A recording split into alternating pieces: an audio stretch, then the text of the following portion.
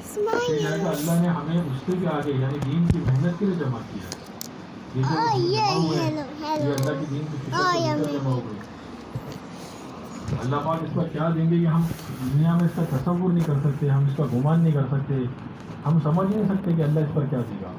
کیونکہ دین کی محنت پر, دین کی فکروں پر فرمایا احادیث کے اندر آتا ہے کہ چند لمحات کا دین کی فکر کو لے کر بیٹھنا اپنے مقام پر رہ کر 70 سال کی نفل عبادتوں سے بہتر ہے.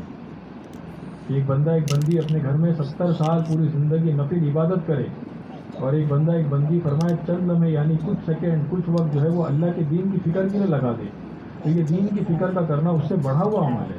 یہ اتنا اونچا عمل ہے, یہ معمولی چیز نہیں ہے. کیونکہ اللہ نے اپنے پیارے نبی حضور پاک علیہ السلام کو یہ فکر دی تھی. اللہ نے صرف ہمارے نبی نہیں بلکہ سوالات نبیوں کو یہ دین کی فکر دے کر بھیجا تھا. اور یہ دین کی فکر کیا تھی کہ ہر ایک امتی کا, ہر ایک بندے اور بندی کا اللہ سے تعلق بن جائے اور اس کی زندگی صحیح رخ پر آ جائے, اور وہ مرنے کے بعد جنت میں جانے والا بن جائے, اور اس کی دنیا کی زندگی بھی دین آ جانے کی وجہ سے خوشگوار اور اچھی بن جائے. کیونکہ دین جب تک زندگی میں نہیں آئے گا, زندگیوں کے اندر سکون آ نہیں سکتا, زندگیوں کے اندر کامیابی آ نہیں سکتی. زندگیوں کے اندر بغیر دین کے کامیابی کا کوئی تصور نہیں. کیونکہ ہم جسے سمجھتے ہیں دنیا کی کامیابی, وہ اصل ایک دھوکہ ہے.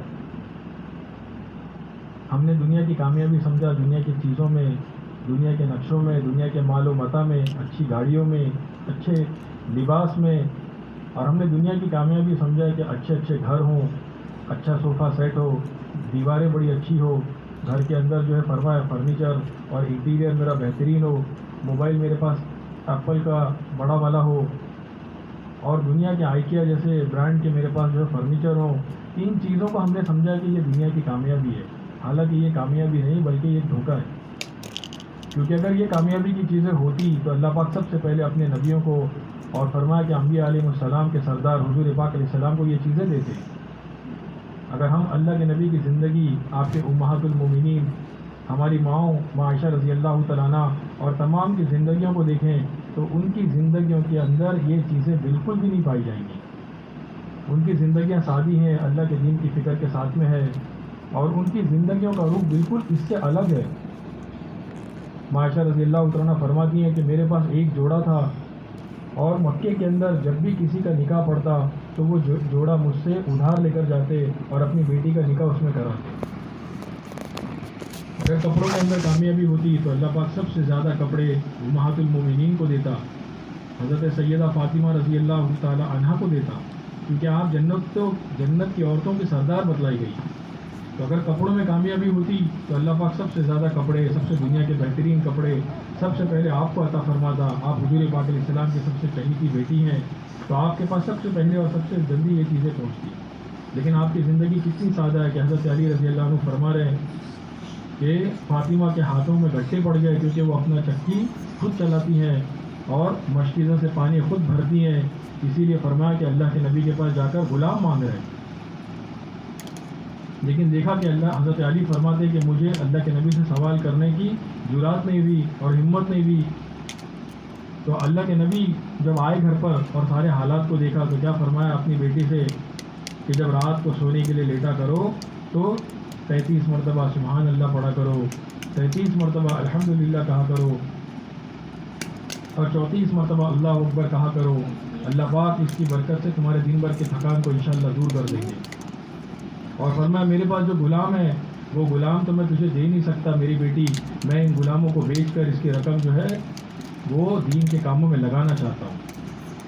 تو اپنے گھر والوں کو غلام سے, اپنے گھر والوں کو چیزوں سے, اپنے گھر والوں کو کپڑوں سے بچا کر رکھا اللہ کے نبی نے, کیونکہ یہ زندگی جو ہے امت کے ہر فرد کو دینی تھی اور امت کے ہر فرد کو سمجھانی تھی کہ اصل زندگی یہ ہے. عائشہ رضی اللہ تعالیٰ عنہ کے بارے میں آتا فرماتی ہیں کہ اللہ پاک نے ہمیں دین کی برکت سے دنیا میں چمکایا. اگر دین نہیں ہوتا تو صحابہ اور اللہ کے نبی اور امہات المومنین کہتے ہیں کہ ہم دنیا میں پہچانے بھی نہیں جاتے, کیونکہ صحابہ کی زندگی کیسی تھی. فرمایا کہ کوئی ان پر حکومت کرنے تیار نہیں تھا, کوئی ان کو اپنا غلام بنانے کو تیار نہیں تھا کہ اگر ان کو غلام بنائیں گے, ان پر حکومت کریں گے تو ان پہ خرچہ کرنا پڑے گا, ان کو کام سکھانا پڑے گا. انہیں تو کچھ بھی نہیں آتا, انہیں دنیا کی کوئی ترتیب نہیں آتی, دنیا کا کوئی کام نہیں آتا, ان کو اوپر حکومت کر کے کوئی فائدہ نہیں. لیکن صحابہ کہتے ہیں کہ دین جب ہماری زندگی میں آیا تو اللہ نے ہمارا ایسا ڈیمانڈ دنیا میں کیا، اللہ نے ایسا مقام ہمارا بنایا کہ لوگ ہمیں بلا کر اپنے ملک کے گورنر بنانے لگے، اور ملک و مال اور چیزیں ہمیں اتنی ملی. فرماتی ہیں عائشہ رضی اللہ تعالیٰ عنہ کہ ہمیں ایسا ملک و مال ملا کہ جیسے تمہارے گھروں کے اندر آج گیہوں چاول اور اناج کی بوریاں پڑی رہتی ہے، ویسے فرمایا کہ ہمارے گھروں کے اندر درہم اور دیناروں کی بوریاں پڑی رہتی ہیں. وہ اور بات ہے کہ فرمایا کہ اگر اتنے سارے دینار اور درہم تھے لیکن ان کے دلوں کے اندر اس کی جگہ نہیں تھی، انہوں نے دلوں میں ان چیزوں کو جگہ نہیں دی. عائشہ رضی اللہ عنہ کے پاس زبیر رضی اللہ عنہ نے 80,000 درہم جو ہے وہ ہدیے کے طور پر بھیجے. عائشہ رضی اللہ تعالیٰ عنہ نے اپنے غلام جو ان کے ساتھ میں رہتی تھی ان کو بلایا اور باندی کو کیا فرمایا کہ اس کو طباق بھر کے ضرورت مندوں میں تقسیم کرنا شروع کر دو. کہتے کہ شام ہو گئی، اس کو تقسیم کرتے کرتے ضرورت مندوں میں. شام کا وقت آیا تو افطاری کا ٹائم تھا، دن بھر روزے سے تھی. افطار کرنے کے لیے جب بیٹھی تو ان کی جو غلام ان کے ساتھ میں تھی، وہ ان کی باندی جو تھی وہ کیا کہنے لگی کہ اگر 2 درہم کا ہم گوشت منگا لیتے تو آج ہم بھی جو ہے افطار گوشت سے کرتے. تو عائشہ کیا فرما رہی ہے کہ اب یاد دلا کر کیا فائدہ، پہلے مجھے کہتی تو میں 2 درہم کا گوشت منگا لیتی. حالانکہ دن بھر میں کیا کیا ہے، 80,000 درہم جو ہے وہ ضرورت مندوں میں اور لوگوں میں خرچ کیا ہے، اور اپنی ضرورت 2 درہم کی جو تھی وہ بھی فرما کے یاد نہیں آئی ان کو. تو کیا وہ اپنے اوپر مال خرچ کرنا نہیں سمجھتے تھے؟ کیا وہ اپنے اوپر مال کو جمع کر کے اپنی زینت کو اختیار کرنا نہیں جانتے تھے، اپنے گھروں کو بنانا نہیں جانتے تھے؟ لیکن فرمایا کہ ان کی فکر یہ تھی کہ آخرت اصل گھر ہے اور یہ دنیا ایک کوچ کا گھر ہے، سفر کا گھر ہے، یہاں پر چند دنوں میں رہ کر دنیا سے چلے جانا ہے. تو ان کی نظریں جو تھی وہ آخرت پر تھی، آخرت کی تیاری پر تھی اور وہاں کی فکروں پر تھی. اس لیے فرمایا دنیا کی چیزیں آنا جانا ان پر کوئی اثر نہیں کرتی. صحابہ صحابیہ سب کی زندگیاں اسی طرح سے ملیں گی.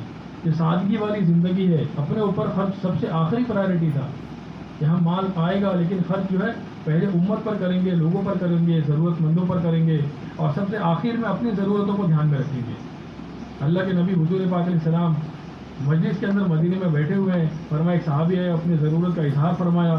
اللہ کے نبی نے کہا کہ ایک کام کرو، آپ حضرت عثمان کے پاس جاؤ اور وہاں پر جا کر اپنی ضرورت کا اظہار کرو اور میرا ریفرنس دینا، میری بات کہنا کہ اللہ کے نبی نے بھیجا ہے، انشاءاللہ آپ کا کام ہو جائے گا. جیسے وہ صحابی پہنچے حضرت عثمان رضی اللہ عنہ کے دروازے پر، دیکھا کہ حضرت عثمان رضی اللہ عنہ اپنے گھر والوں کو تھوڑا سا ڈانٹ رہے. اور ڈانٹ کس بات پر رہے؟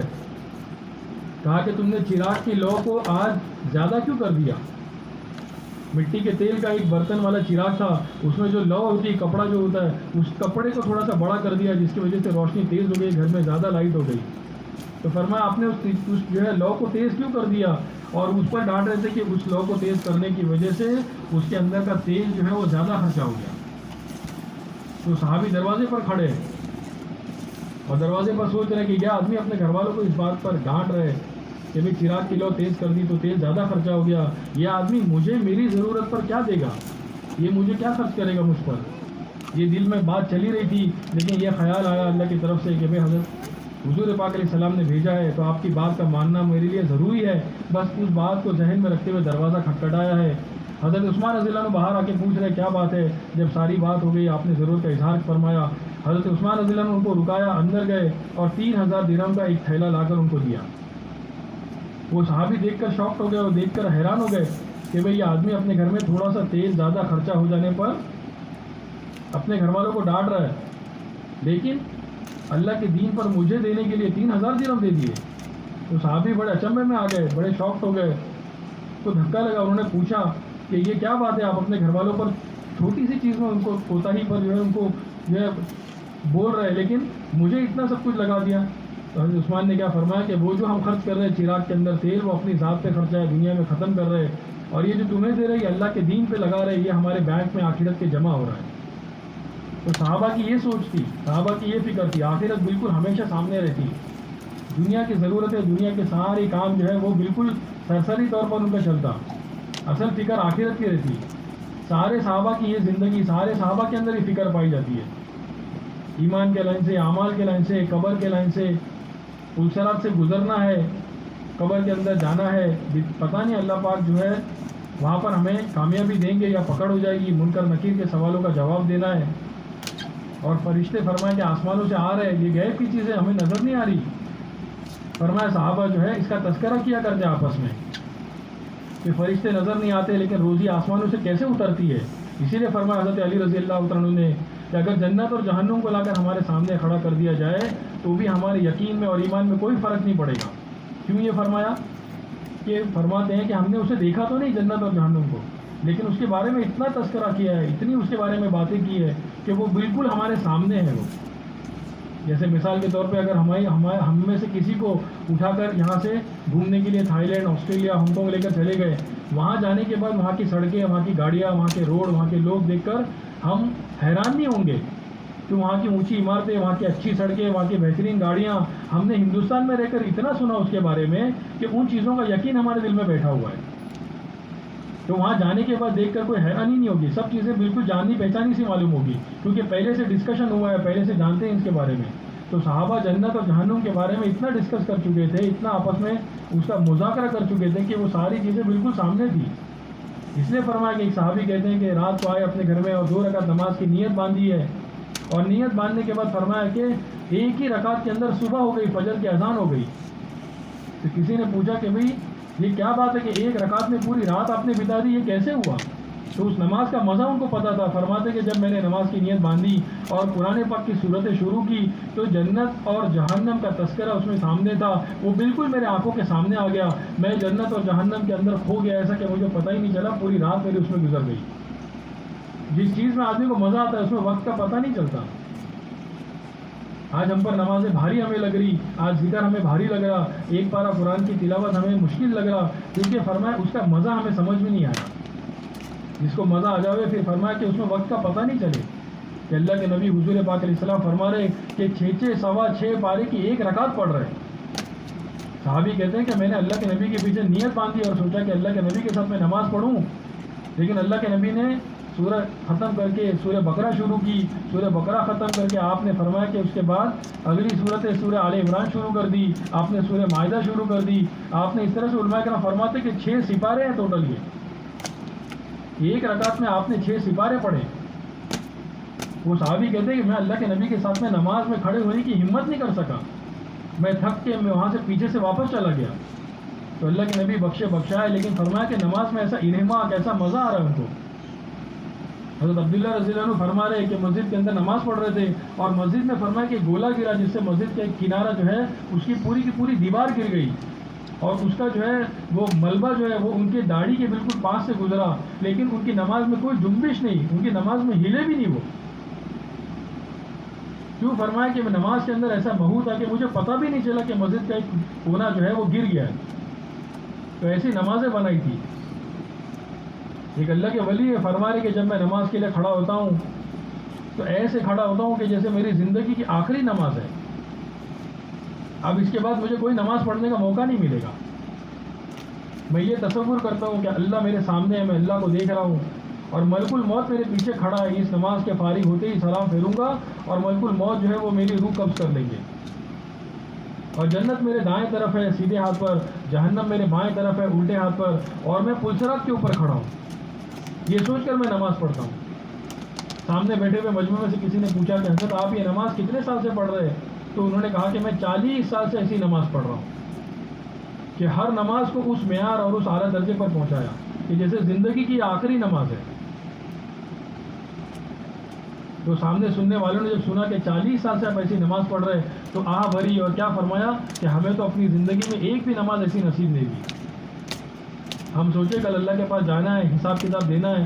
اللہ اگر یہ ہم سے کہہ لے کہ پوری 60 سال کی زندگی تھی، 50 سال کی زندگی تھی، مجھے صرف ایک 2 رکعت نماز ایسی پیش کر اے بندہ اے بندی کہ جس میں تجھے پوری نماز شروع سے آخر تک میرے علاوہ جو ہے میرا پورا خیال ہو اور میرے علاوہ کسی کا خیال نہیں آیا ہو، تو بتاؤ ہم ایسی نماز 2 رکعت پیش کر پائیں گے اللہ کے پاس؟ یہ ایک محنت ہے ماں بہنوں. جس طرح ہم نے دنیا پہ محنت کی، دنیا کی چیزوں کو سیکھا، دنیا کے کورسز سیکھے، دنیا کے سارے کام سیکھے، اسی طرح فرمایا کہ نماز بھی ایک سیکھنے کی چیز ہے، ایمان بھی ایک سیکھنے کی چیز ہے، قرآن پاک ایک جس طرح سے ہم سمجھتے ہیں کہ سیکھنے کی چیز ہے، اسی طرح سے فرمایا کہ اپنی زندگیوں کے اندر صفات کو لانا یہ بھی ایک سیکھنے کی چیز ہے. آج امت میں اتنا بڑا دھوکہ لگا ہے. سب سے بڑا دھوکہ تو بنیادی طور پر ہمیں یہ لگا کہ ہم نے اپنے ایمان کے تعلق سے ایسی بے فکری دکھلائی کہ ایمان کو سیکھنے کی چیز ہم سمجھتے ہی نہیں ہیں.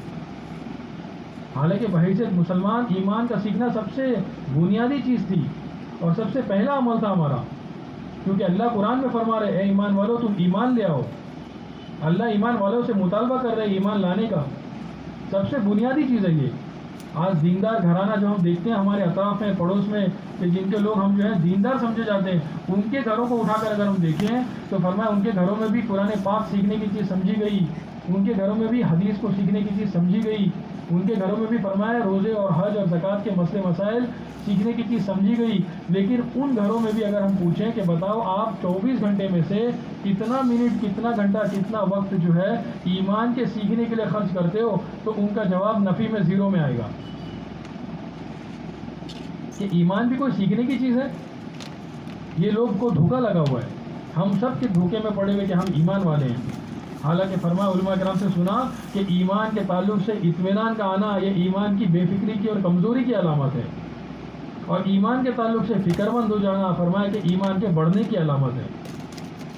کہ صحابہ جو ہے ایمان کے تعلق سے فکر مند ہوتے ہیں. حضرت ملیکی رحمۃ اللہ علیہ کہتے ہیں میں 30 صحابہ سے ملاقات کیا اور ہر ایک صحابی کو میں نے ایمان کے تعلق سے فکر مند پایا کہ مرتے وقت کلمہ نصیب ہوگا نہیں ہوگا، اللہ کے ساتھ میرا تعلق صحیح گزرے گا کہ نہیں گزرے گا.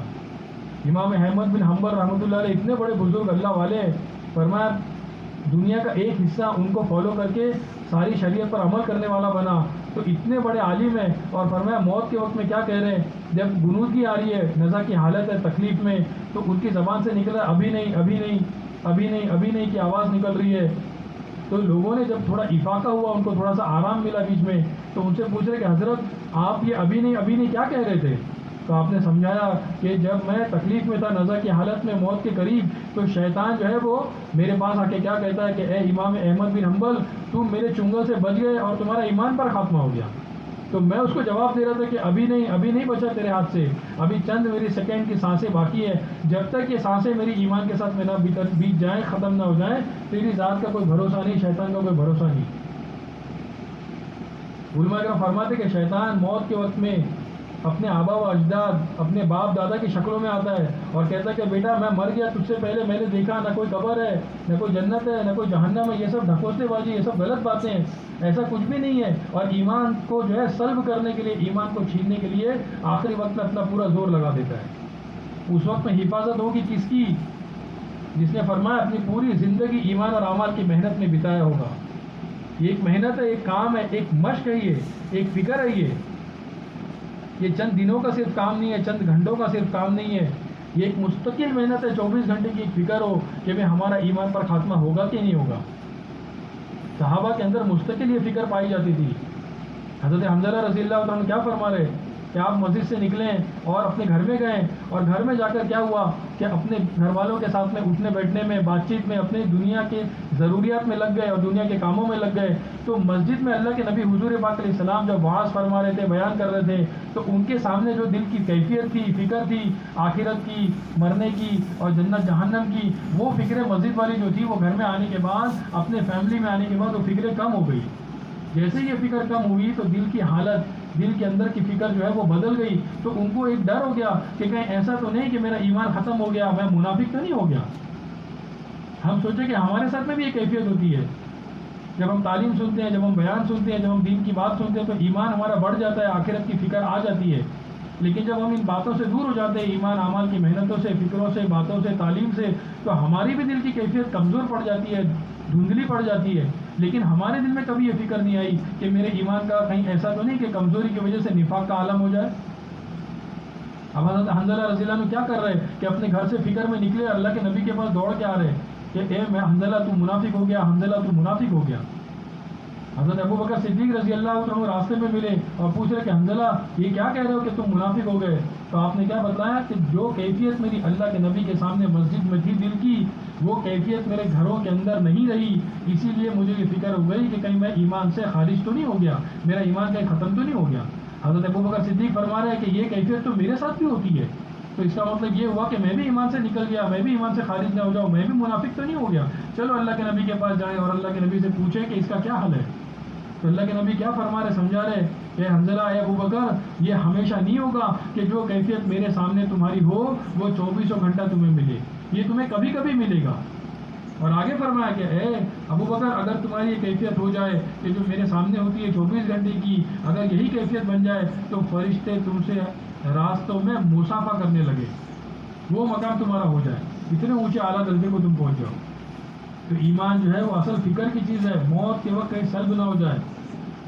حضرت شیخ نے فضائل کی کتاب میں لکھا ہے کہ ایک آدمی مر رہا ہے اور مرتے وقت میں اس کو کلمے کی تلقین کی جا رہی ہے کہ کلمہ پڑھ لے کلمہ پڑھ لے، لیکن اس کی زبان سے کیا نکل رہا ہے؟ 10-10-11-11 10-10-11-11 10-10-11-11۔ اس کے جو ہے مسجد کے علماء کرام اور سب نے پوچھی کہ بھائی کیا بات ہے کہ اس کی زبان سے ایسا کیوں نکل رہا 10-10-11-11، یہ کلمہ کیوں نہیں پڑھ پاتا؟ تو گھر والوں نے کیا بتایا کہ یہ پھیری لگانے والا آدمی ہے، یہ جو ہے بازار میں گھوم گھوم کر چیزوں کو بیچتا ہے، اور اس کی جو چیزیں اس کی قیمت ہے 10 روپے اور 11 روپے۔ تو اس نے پوری زندگی اپنی چیزوں کی فکر کی، اپنے دکان کی فکر کی، ایمان کی اعمال کی کوئی فکر نہیں کی، اسی لیے فرمایا کہ اس کا آخری وقت میں کلمے کا پڑھنا بڑا مشکل ہو رہا ہے۔ یہ کوئی جادو نہیں ہے، یہ کوئی جو ہے فرمایا کہ ایک دن کا کوئی جو ہے وہ میجک نہیں ہوگا کہ مرتے وقت میں اچانک سے ہمیں کلمہ مل جائے، صرف ہم جو ہے وہ تھوڑے سے دین کے اوپر فکر کر لیں، محنت کر لیں اور ہمارا کام بن جائے۔ نہیں، ہمیں مستقل فرمایا کہ اپنے گھروں کی، اپنے بچوں کی، اپنی ذات کی، اپنے پورے گھر والوں کی فکر کرنی پڑے گی، تب فرمایا کہ کہیں جا کر ایمان پر خاتمہ ہوگا۔ ایک فکر کی چیز ہے۔ اللہ کے نبی حضور پاک علیہ السلام مسجد کے اندر بیٹھے ہوئے غمگین بیٹھے تھے، حضرت جبرائیل علیہ السلام آئے اور پوچھا کہ اللہ کے نبی آپ کیا بات ہے غمگین بیٹھے ہو، اللہ پاک نے مجھے آپ کے پاس بھیجا ہے۔ حالانکہ اللہ سب کچھ جانتے ہیں، لیکن اس کے باوجود کیا فرما رہے کہ جاؤ میرے نبی سے پوچھو کہ کیا بات ہے، کس غم میں بیٹھے ہوئے۔ اللہ کے نبی غمگین بیٹھے ہوئے، حضرت جبرائیل علیہ السلام سوال کرنے پر اللہ کے نبی نے فرمایا کہ اے جبرائیل امین، مجھے اپنی امت کا غم کھایا جا رہا ہے۔ تو فرمایا کس کے بارے میں فکر مند ہو، ایمان والوں کے بارے میں یا غیر ایمان والوں کے بارے میں؟ اللہ کے نبی نے فرمایا میں ایمان والوں کے بارے میں فکر مند ہوں کہ ان کے ساتھ میں اللہ پاک کل مرنے کے بعد کیا معاملہ کریں گے، انہیں معاف کریں گے یا ان کا جنت کا جہنم کا کیا حساب ہوگا ان کا، وہ سوچ سوچ کے مجھے غم کھایا جا رہا ہے۔ تو اللہ کے نبی نے فرمایا جب یہ سوال اور جواب ہوئے، حضرت جبرائیل علیہ السلام نے کہا کہ آپ میرے ساتھ چلو۔ قبرستان میں قریب کے لے کر گئے اور ایک قبر پہ اپنا پر مارا، کیا فرمایا قم باذن اللہ، کہ اللہ کے حکم سے کھڑا ہو جا۔ اب ایک آدمی اس میں سے نکلا، نہایت بدبودار گہری آنکھوں والا، اور اس کی زبان سے نکل رہا ہے ہائے افسوس ہائے افسوس ہائے افسوس۔ اور دوسرا اس کو پھر کہا حضرت جبرائیل علیہ السلام نے کہ تو واپس چلے جاؤ، قبر میں چلا گیا، قبر بند ہو گئی۔ اور قریب کی دوسری قبر میں گئے حضرت جبرائیل علیہ السلام اور فرمایا اس پہ بھی اپنا قبر کا پر مارا قبر پر، اپنا پر مارنے کے بعد میں فرمایا قم باذن اللہ، اللہ کے حکم سے کھڑا ہو جا۔ تو وہاں سے ایک بندہ نکلا اور نہایت خوشبودار روشن چمکدار، اور اس کے نور جو ہے چہرے سے ٹپک رہا ہے اور اس کے کلمہ زبان سے جاری ہے اور اللہ کی تعریف کرتا ہوا اٹھ رہا ہے۔ تو آپ نے اس کو بھی دکھلایا اور اس کو بھی پھر فرمایا کہ حکم دیا کہ آپ واپس قبر میں چلے جاؤ۔ یہ دونوں قبریں بند ہو گئی۔ اب حضرت جبرائیل علیہ السلام کیا فرما رہے، یہ اصل چیز ہے سننے کی۔ آپ فرما رہے کہ دیکھو اللہ کے نبی، یہ پہلے والے نے پوری زندگی جو ہے نا اپنی، وہ اپنے دنیا کی منچاہی زندگی گزاری، اپنے جو ہے مرضی کی زندگی گزاری، اسی لیے اس کی موت جو ہے وہ بے دینی والی آئی، اور جس کی زندگی خراب ہوگی اس کی موت بے دینی والی خراب آئے گی۔ اور فرمایا اس کے مرنے کے بعد اس کے قبر کے معاملات بھی خراب ہوں گے، بے دینی والے ہوں گے۔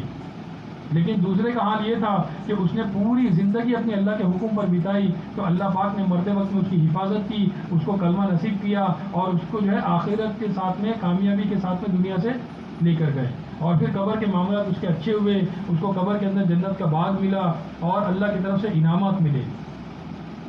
تو یہ پوری زندگی کا ایک پروسیس ہے ہمارا، شروع سے لے کے آخر تک کے، اپنی ذات سے لے کے اپنے گھر والوں سے لے کے اپنے گھر کے مردوں کو تیار کرے، فکر دلائے اور سب کو فرمایا اللہ کے دین کی معاونت کے لیے کھڑا کرنا ہے۔ اللہ پاک نے یہ ذمہ داری دی ہے، یہ کام فرمایا کہ صرف مردوں تک کے محدود نہیں ہے۔ علماء کیا فرماتے ہیں پوری دنیا کا اگر حساب لگایا جائے تو دنیا کے اندر 25% مرد ملیں گے، 25% عورتوں کو پکڑا جائے تو بچے ہوئے 50% فرمایا کہ بچے ہیں۔ تو ہر گھر کے اندر اگر ایک مرد صرف اس کا دیندار ہے تو اس کے گھر میں صرف 25% دین آیا، 75% دین ابھی باقی ہے۔ لیکن فرمایا کہ اگر گھر کی عورتوں کے اندر دین آیا، ہماری ماؤں بہنوں نے دین کو لے لیا، تو ان کے ذریعے سے ان کے بچوں کی تربیت، بچوں کے اندر بھی دین آئے گا، اور فرمایا پورا کا پورا گھرانہ دیندار بنے گا۔ اس کو معمولی چیز نہ سمجھے ہم۔ کسی نے پوچھا بزرگ نے کہ اولاد کی تربیت کب کی جائے، کس عمر میں کی جائے، بچوں کی تربیت کب کی جائے، کیسے کی جائے؟ تو وہ بزرگ نے جواب دیا کہ بچوں کی تربیت ان بچوں کے پیدا ہونے کے 20 سال پہلے کی جائے۔ تو سامنے سوال کرنے والے کی سمجھ میں نہیں آیا، بچہ پیدا نہیں ہوا اور اس کے 20 سال پہلے اس کی تربیت کیسے کی جائے؟ تو پھر آپ بزرگ نے سمجھایا کہ اس بچے کی ماں، یعنی اس ماں کی بچپن سے تربیت اگر ہوگی تو وہ ماں جو ہے اپنے بچوں کی تربیت کرنے والی بنے گی. تو اس بچے کے پیدا ہونے کے پہلے اس کی ماں کی تربیت ہے، اس ماں پر محنت ہے. فرمایا ماں دیندار ہوگی تو پورا گھرانہ دیندار ہوگا. زندگیاں اٹھا کر دیکھیں ہم اللہ والوں کی، ان کے پیچھے ان کی ماؤں کی محنتیں ہیں. وہ اللہ والے ایسے ہی نہیں بنے، ان کی ماؤں نے ان پر محنتیں کی ہے. آج ہی ہماری مسجد میں جو ہے امیر صاحب بات کرتے کرتے بتا رہے تھے، فرمایا کہ بخاری کے بہت بڑے امام ہے امام بخاری رحمۃ اللہ علیہ، وہ امام بنے تو کیسے بنے؟ فرمایا ان کی ماں کی محنت تھی اس کے اوپر. جب آپ پیدا ہوئے تو آپ نابینا تھے، اندھے تھے، آپ کو نظر نہیں آتا تھا. آپ کی ماں نے فرمایا اللہ سے مانگ مانگ کے ان کی آنکھوں کی روشنی لوٹائی ہے، اور ان کی آنکھیں جو کمزور تھی اس کو اللہ پاک نے بینائی تھی، دیکھنے کی طاقت دی. پھر وہ دیکھنے والے بنے. بخارا جا کر سمرقند بخارا کے اندر انہوں نے جو ہے اپنی تعلیم اپنی دین کو سیکھا، اور اللہ پاک نے ان کو ایسا دین دیا، ایسے دین کے اندر لگنے والے بنے کہ پھر آپ نے احادیث کی کتابیں لکھنے والے بنے. آج انہوں نے امام بخاری کے نام سے کتاب لکھی ہے، اور اس کتاب کے فرمایا کہ دنیا کے اندر ایسی مقبولیت ہے کہ دنیا کا کوئی بھی عالم، چاہے عرب کا ہو، عجم کا ہو، کسی بھی دنیا کا کونے کا حصے کا ہو، جب تک اس کتاب کو پوری طرح سے پڑھ نہ لے، فرمایا کہ وہ عالم بن نہیں سکتا. ایک ماں نے ایک بچے کی فکر کی اور اس بچے کو دینداری سکھلائی، دین سکھلایا. اس بچے نے جو فرمایا محنت کر کے ایک ایسی کتاب لکھی، اس کتاب کے 32 حصے ہیں. فرمایا قرآن پاک کے بعد دنیا کے اندر سب سے اعلیٰ اور اونچی کوئی کتاب اگر احادیث کے حساب سے مانی جاتی ہے تو بخاری شریف مانی جاتی ہے. ہندوستان کے اندر ہر سال لاکھوں عالم پیدا ہوتے ہیں مدارس سے، لیکن کوئی مدرسہ اپنے عالم کو اس وقت تک سرٹیفکیٹ نہیں دے سکتا جب تک اس عالم اور اس بچے نے جو ہے امام بخاری کی وہ بخاری شریف پوری پڑھی نہ ہو. وہ فکر تھی، اس کی بنیاد پر ماؤں نے بچوں پر محنت کی، اور اس بچے کی فکر اور محنت پر آج فرمایا کہ پورے ہندوستان کے سارے عالم، پورے عرب اور عجم کے سارے عالم جو ہے دین کو حاصل کر رہے ہیں. تو یہ کام ہے، ایک محنت ہے. اس محنت کو اللہ کرے ہماری سمجھ میں آوے. یہ اللہ نے ہمیں ذمہ داری دی ہے، اور ہر ذمہ داری کے تعلق سے حدیث میں آتا ہے کہ ہر ذمہ دار سے اس کے ذمہ داری کے تعلق سے کل پوچھو گی. کلکم رائی و کلکم مسئول، ہر ایک ذمہ دار ہے اور ہر ایک سے اس کی ذمہ داری کے تعلق سے کل پوچھو گی. ماں اپنے بچوں کے تعلق سے، شوہر اپنی بیوی کے تعلق سے، ایک اگر کوئی امیر صاحب ہے تو اپنی پوری جماعت کے تعلق سے، ایک اگر کوئی پیر صاحب ہے تو اس کے جتنے بھی اس کو فالو کرنے والے ان سب کے تعلق سے، اگر کوئی سیٹ ہے، کوئی آفس کا مینیجر ہے تو اس کے ہاتھ کے نیچے جتنے لوگ کام کرنے والے ہیں یہ سب کے سب اس کی ماتحتی میں رہنے والے ہیں. یہ ان کا فرمایا کہ ذمہ دار ہے، اور ہر ایک سے اس کی ذمہ داری کے تعلق سے کل پوچھو گی. اللہ کھڑا کریں گے. فرمایا کہ اللہ کے سامنے یہ پیر جو ہے کھڑے کر دیے جائیں گے. اور حدیث میں آتا ہے کہ کسی بھی نبی کا اور کسی بھی ولی کا اور کسی بھی بندے کا پیر اس کی جگہ سے ہل نہیں سکتا. اس کو فرمایا منجمد کر دیا جائے گا، یعنی جما دیا جائے گا وہاں پر کہ اس کے پیر ہل نہیں سکتے جب تک یہ سوالوں کے جواب نہ دے دے. بڑا سخت معاملہ ہے وہاں پر سوالوں کے جواب کا دینا. اور آگے ایگزامینر کون ہے، چیک کرنے والے کون ہے؟ اللہ پاک ہے جو دلوں کے حال کو بھی جانتے ہیں. زبان سے کہا ہوا جھوٹا ہو سکتا ہے، دل میں سوچا ہوا بھی اللہ پرکھ لیتے ہیں، اللہ اس کو بھی پڑھ لیتے ہیں. تو اللہ دلوں کے اندر سے کیفیت کو نکالیں گے. اس لیے فرمایا اصل دل کا بننا ہے، کیفیت کا بننا ہے، تربیت کا بننا ہے، محنتوں کا کرنا ہے. یہ اصل ضرورت ہے ہماری. اللہ پاک نے ہمیں موقع دیا ہے. یہ دنیا کی زندگی ایک موقع ہے. قرآن پاک میں آتا ہے، علماء کرام فرماتے ہیں مرنے کے بعد ہر بندہ اور ہر بندی جب اللہ کے سامنے جائیں گے، جنت جہنم کو دیکھ لیں گے، قبر کو دیکھ لیں گے، اور ساری چیزیں سامنے کھل کر آ جائیں گی، تو اللہ کے سامنے فرمایا کہ سب التجا کریں گے، ریکویسٹ کریں گے. اللہ کہتے ہیں سورہ المومنون میں کہ ہر بندہ اور ہر بندی اللہ کے سامنے التجا کریں گے، ریکویسٹ کریں گے کہ اللہ ہمیں ایک موقع دے دے، ہم پھر سے دنیا میں جائیں اور اپنی پوری زندگی کا ہر سیکنڈ جو ہے وہ تیرے دین پر لگا کر آویں. اور اللہ ہمیں ایک موقع دے ہم پورا مال تیرے دین پر خرچ کریں. کہ اللہ ہمیں موقع دے کہ ہم پوری زندگی تیری عبادت کر کے پھر سے آئیں. ایک اور چانس دے دے ہمیں. لیکن اللہ فرماتے کہ کسی کو بھی ایک چانس نہیں ملے گا. یہ سنگل ایک ہی چانس ہے ہمارے پاس کہ دنیا کی زندگی میں یہ موت آنے سے پہلے اللہ کو راضی کر کے جانا ہے. اللہ راضی کیسے ہوں گے؟ اللہ کے حکموں والی زندگی کے ساتھ، اللہ کے نبی کی طور طریقوں والی زندگی کے ساتھ میں اللہ راضی ہوں گے. اللہ نے یہ ہمارے لیے پسند کیا زندگی، اور اللہ نے اس کے اندر کامیابی رکھی. ہاں، اور اس میں دنیا کی بھی کامیابی. ایک بڑا دھوکہ لگا ہمیں کہ دین پر چلیں گے تو مرنے کے بعد کام آئے گا، لیکن دنیا کمانے کے لیے اور دنیا میں چمکنے کے لیے ہمیں مال اور چیزیں اور سب کو جمع کرنا یہ ضروری ہے. یہ بہت بڑا دھوکہ لگا ہوا ہے. دنیا کی بھی کامیابی اللہ فرماتے کہ میں نے دین ہی میں چھپا کر رکھی ہے. اللہ فرماتے دیکھو دنیا کا اگر ہم آج جو ہے اسٹیٹکس اٹھا کر دیکھیں, اگر پڑھے لکھے ہیں دنیا والوں کی آج زندگی اٹھا کر دیکھیں, یورپین کنٹریز کے یورپین لوگوں کو ہم سمجھتے ہیں کہ بڑے کامیاب ہیں اور دنیا میں بڑی ترقی یافتہ ممالک کے لوگ سمجھتے ہیں ان کو, حالانکہ سب سے زیادہ سوسائڈ کرنے والے, آتم ہتیا کرنے والے وہی لوگ ملیں گے. گاڑیوں میں گھوم رہے, بہترین سڑکیں, سونے کے لیے اے سی ہے, فریج کے اندر بہترین دنیا کا برانڈیڈ چیز کھانے کو مل رہا ہے, لیکن کیا فرمایا جب رات کو سونے جاتے ہیں تو نیند گدے پہ نہیں آ رہی. ڈنلپ کا بہترین گدا ہے, اے سی لگا ہوا ہے, لیکن نیند کیوں نہیں آ رہی بھائی؟ کہ اللہ کے حکم ٹوٹے ہوئے ہیں, اللہ پاک نے دلوں کا چین اور سکون چھین لیا. گھر میں سب چیزیں موجود ہیں لیکن سکون نہیں ہے, کیونکہ اللہ فرماتے ہیں کہ سکون میں نے اپنے ذکر میں, اپنی اطاعت میں رکھا. اللہ بذکر اللہ تطمئن القلوب, کہ اللہ پاک نے اپنے ذکر میں, اطاعت میں, اللہ کی مان کے زندگی گزارنے میں دنیا کا چین اور سکون چھپا کر رکھا ہے.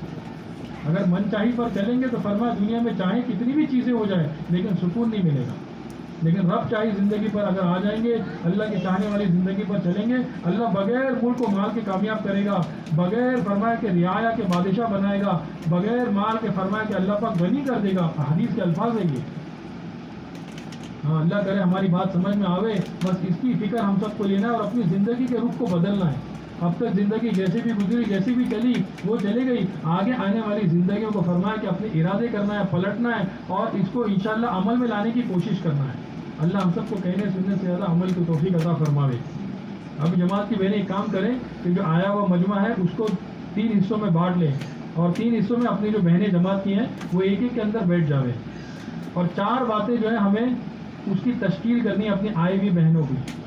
یہ جو مذاکرہ ہوا اس مذاکرے کو سامنے رکھیں, تھوڑا سا ان کے سامنے اس کے اپنے اللہ جتنی توفیق دے بات کریں اور آئی ہوئی بہنوں کی تشکیل کریں.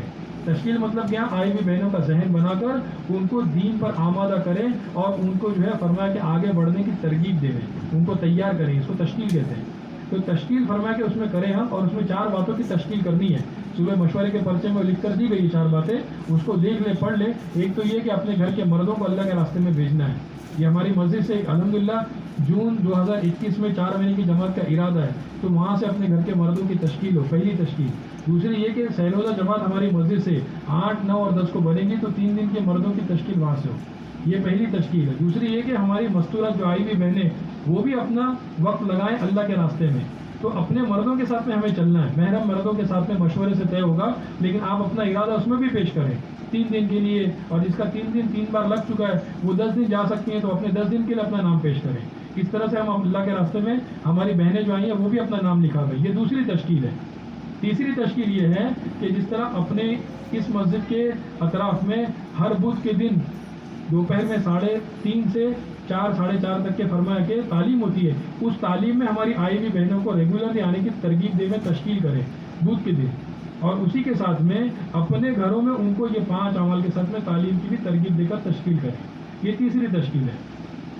اور چوتھی اور آخری تشکیل اپنی جو آئی ہوئی بہنیں ان کی یہ کرنا ہے کہ بھئی یہ جو جماعتیں آتی ہیں ہمارے یہاں پہ مستورات کی, ان جماعتوں کے ٹھیے بنانے کی فکر کرنی ہے, بڑھانے کی فکر کرنی ہے.